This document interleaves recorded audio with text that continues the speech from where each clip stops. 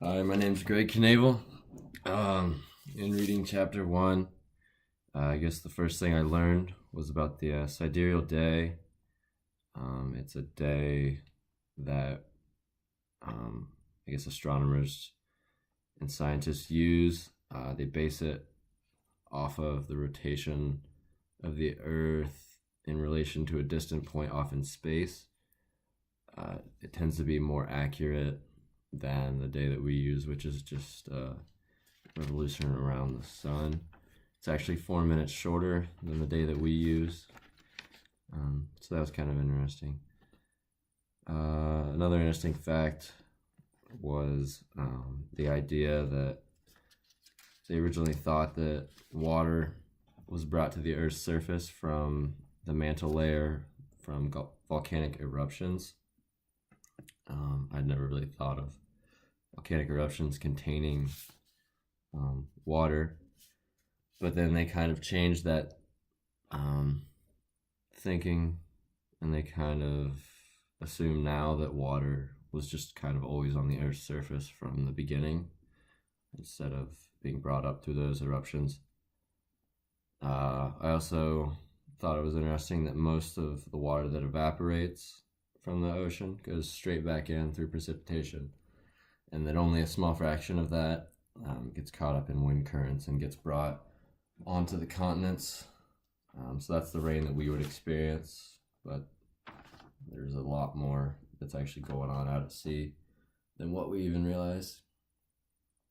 Something I kind of wanted to learn more about while I was reading was it mentioned briefly the ice ages, and I just kind of wanted to know like what caused those to occur, and also what caused them to end. Why there were such drastic climate shifts, and like is that likely to ever happen again?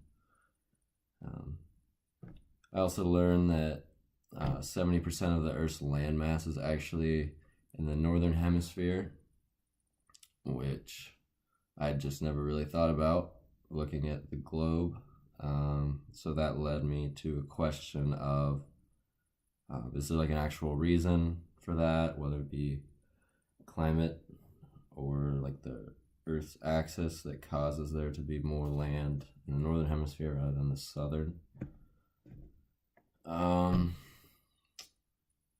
see.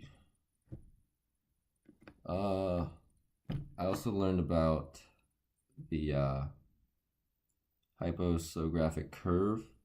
It talked about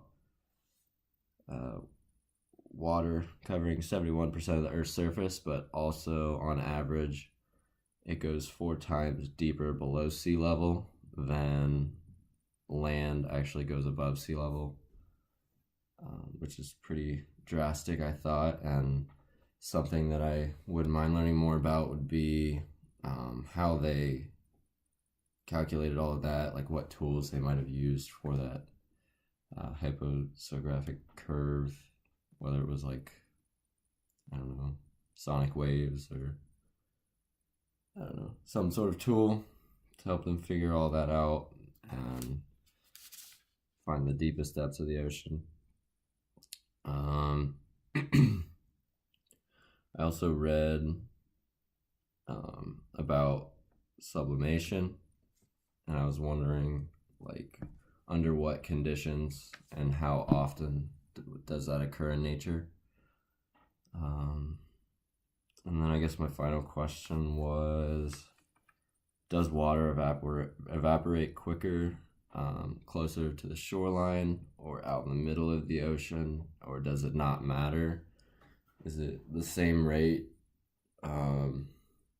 If I had to guess, I guess I would think that it would be closer to shore because there's less water, less depth, so it's probably easier to heat that up and have it evaporate. But that's just my assumption.